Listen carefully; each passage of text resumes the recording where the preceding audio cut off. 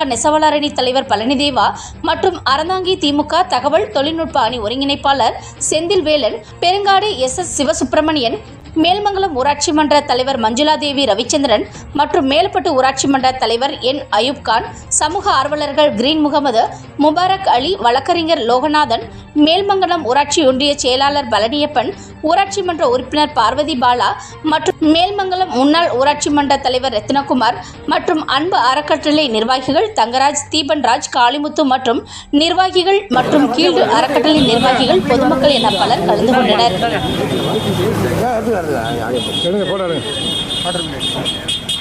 Sir இங்கே பாருங்க sir. வா இங்கே வருமா முன்னாடி போயிடலையா சார்? தம்பி கையை நேரம் இல்லையா? நேரம் ஓட்ட மறைய